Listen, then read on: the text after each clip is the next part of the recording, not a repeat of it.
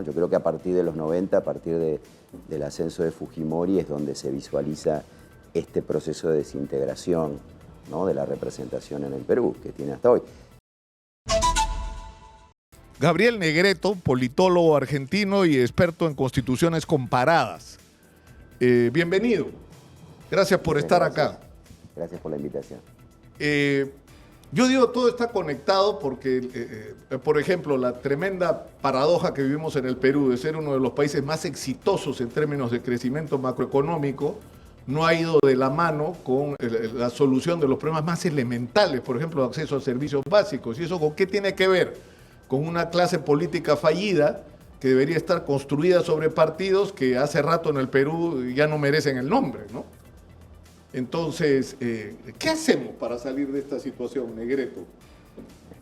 ¿Ah? Bueno, en América Latina tenemos una costumbre, un hábito adquirido ya por un legado histórico de pensar en resolver ciertos problemas que tienen que ver con el Estado, incluso más allá de los partidos, tienen que ver con el Estado, tienen que ver con el aparato administrativo, tiene que ver con toda la infraestructura de servicios públicos, ¿sí? Pensar en resolverlo por vía del cambio constitucional. En la región latinoamericana tenemos una de las tasas más altas en el mundo, de todas las regiones del mundo, de recambios constitucionales. Algo que ha disminuido desde el retorno a la democracia, pero que sigue ocurriendo, y sobre todo a partir de disfuncionalidades muy visibles que tiene el desempeño de estas democracias que tenemos, ¿no? Precisamente ausencia de bienes públicos básicos, de seguridad, usted está mencionando agua potable, de carreteras, de infraestructura y demás. Y aquí aparece el descontento social, además sumado de pronto a situaciones donde el sistema político no puede responder porque no hay agentes de representación. El caso de Perú es un caso muy extremo de atomización y de prácticamente de inexistencia de partidos, o sea, son simplemente carteles que se utilizan para la competencia electoral. Entonces aparece el reclamo, digamos, de la refundación, del cambio constitucional. Y acá es un tema que hay que pensarlo muy seriamente porque el cambio constitucional a veces funciona mejor como última etapa en una serie de acuerdos, claro, y de cambios de política. El capítulo final. Exacto, de un proceso. No como el capítulo inicial. Si pensar que a partir del cambio constitucional se van a resolver problemas de políticas públicas, se va a fortalecer el Estado, se va a mejorar los servicios públicos, se va a mejorar el acceso a la educación, se va a mejorar el sistema de pensiones. Es decir, eso es una ilusión y hoy, de hecho, yo estoy ahora en Lima por una convocatoria que han hecho en el Departamento de Ciencias Sociales y de Derecho de la Universidad Católica, donde estamos discutiendo las experiencias comparadas de Chile y de Perú. Y justamente, bueno, este ha sido un poco el fracaso del proceso constituyente chileno, donde una serie de demandas muy concretas de mejora del acceso a la salud, de mejora en la educación, de mejora de pensiones, se propuso por parte de la clase política resolverlo a través del cambio constitucional y no lo pudo resolver porque la propia clase política no estaba de acuerdo hacia dónde quería ir o cómo hacerlo. Porque eso es lo que... Es decir, hay gente que entiende y lamentablemente... es decir, el mal ejemplo de lo que ocurrió en Venezuela, de la visión que una asamblea constituyente tiene por objeto el que un sector de la sociedad que circunstancialmente puede tener una mayoría electoral, le impone al resto de la sociedad su ideología, su visión, cuando esa no es la idea de una constitución. No, es decir, claro, la idea de una constitución debería ser reunir todo aquello que son los objetivos comunes como sociedad y un mínimo de reglas, ¿no es cierto?, que marquen digamos, cómo vamos a enfrentar nuestras diferencias, nuestros conflictos, la relación entre los poderes. Es decir, es un espacio para el acuerdo, no para la confrontación ni para el enfrentamiento. Así es, sí, en América Latina tuvimos casos que son hoy el fantasma detrás de estos procesos constituyentes, como el caso de Venezuela, como el caso de Ecuador, que luego en el 2007-2008 fue una imitación de lo que ocurrió en Venezuela. En gran parte también se reprodujo en Bolivia con características distintas, pero donde el proceso constituyente fue un intento de captura de un movimiento político, de un partido político ascendente, ¿sí? Por capturar el Estado y por disminuir los espacios de la oposición.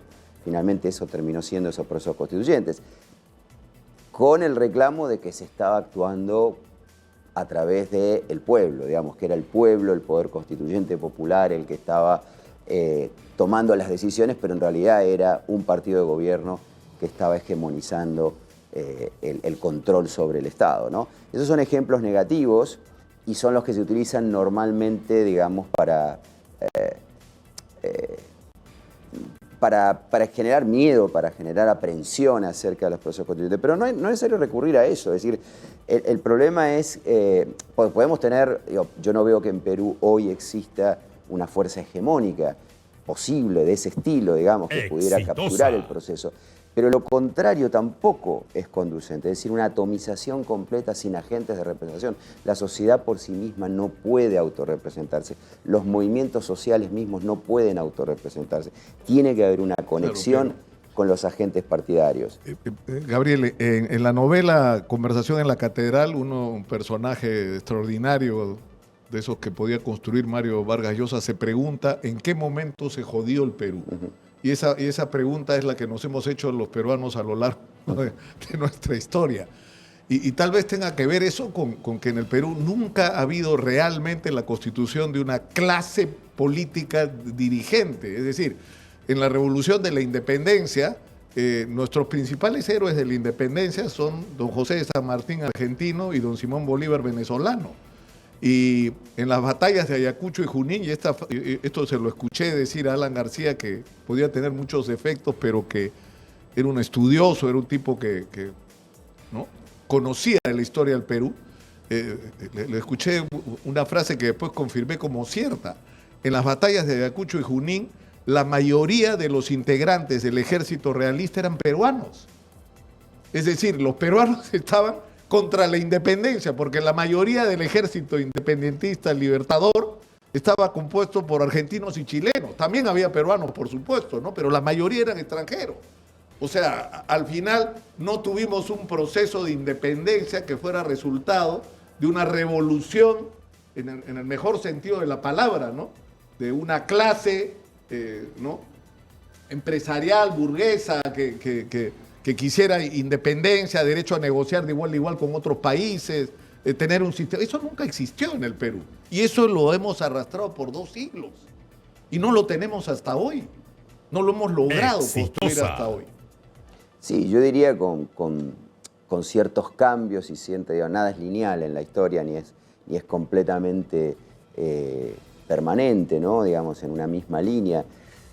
Uno pudiera pensar que a comienzos de los 80, al inicio de la transición, había un sistema político, una clase política más o menos estructurada, que también tuvo problemas, pero que comparado con esto era un ejemplo de institucionalidad, ¿no? Comparado con lo que hoy se tiene, ¿no? Yo creo que a partir de los 90, a partir del ascenso de Fujimori, es donde se visualiza este proceso de desintegración, ¿no? De la representación en el Perú, que tiene hasta hoy. Y con ese material, con esa materia prima, básicamente, yo veo muy difícil, por ejemplo, encarar hoy los problemas que está enfrentando Perú a través de un proceso constituyente. Lo que no quiere decir que no se necesite, y esa es un poco la paradoja, que no se necesite reformular ciertos aspectos de la Constitución. Yo creo que, por ejemplo, todo el tema de relaciones entre presidente y Congreso está profundamente dañado en el Perú y necesita repensarse. La pregunta es si es necesario plantearlo a través de un proceso constituyente global o si se tiene que seguir con un proceso de reforma. El tema es que hasta donde no se pueda normalizar el escenario político, donde no aparezcan ciertos agentes de representación, sea en interacción con movimientos sociales o partidos que se vayan formando para aglutinar las preferencias de la ciudadanía y que pueda estructurar un proceso, yo creo que un proceso constituyente en este contexto profundizaría más que solucionaría la crisis. Yo creo que eso está claro para cualquiera que mire con un mínimo de objetividad la situación, porque yo el otro día conversaba con un amigo chino, es un consultor importante, hay una muy grande presencia de inversionistas chinos en el Perú, Y él me decía que la principal dificultad que tienen ellos es que ellos saben lo que quieren hacer en el Perú. El problema es que los peruanos no sabemos qué queremos hacer con el Perú. Y me pareció tremendo lo que me dijo, pero es cierto. Y me dice, ¿por qué? Porque no hay interlocutores. O sea, ¿con quién hablas en el Perú? O sea, ¿quiénes son los que...? O sea, no tienes partidos políticos, no tienes instituciones sólidas. Entonces, el problema es cuál es el camino para lograr salir de esta situación, porque eso produce además sentimientos de que, por ejemplo, esa admiración por Fujimori, la mano dura, o la admiración a Milei, que simplemente vomita fuego y que, ¿no? O actitudes como la de Bukele, ¿no? Que mano dura, o sea, la mano dura. O sea, la única manera de arreglar la sociedad es con un dictador. Entonces, que supone un terrible desprecio por la democracia, por lo menos esta democracia que hemos vivido, ¿no es cierto? Que se parece muy poco a la ideal, digamos, ¿no? A lo que debería ser. Sí, así es, y además estos escenarios son caldo de cultivo precisamente a la aparición de líderes mesiánicos, a la aparición de soluciones mágicas, digamos, donde aparece un líder que promete o que ofrece una salida sencilla, como mano dura, como eliminación de la corrupción a través de purgas, ¿sí?, organizadas de la presidencia. Acá Taurumala propone fusilamientos. El problema es que tendría que fusilar a su hermano y conociendo los antecedentes va a terminar fusilándose a sí mismo, ¿no? Porque nada nos garantiza que él no termine haciendo lo mismo, ¿no? Y al final, claro, se terminan en situaciones como las de Castillo, que, a ver, podría haber sido distinto el resultado si hubiera tenido un apoyo popular más contundente y no tan circunscripto en las áreas donde el campesinado apoyaba más a su figura, ¿no? Y hubiera tenido el apoyo del ejército, pero digamos, puede ocurrir que eventualmente surja otro líder con estas mismas características, pero esta no puede ser la solución, ¿no? Yo viajo mucho en taxi porque me gusta escuchar lo que a la vez los taxistas escuchan y conversé con un taxista que se llama Vitelio, que me metió un rollo político los 40 minutos que duró el viaje, que me pareció extraordinario, ¿no?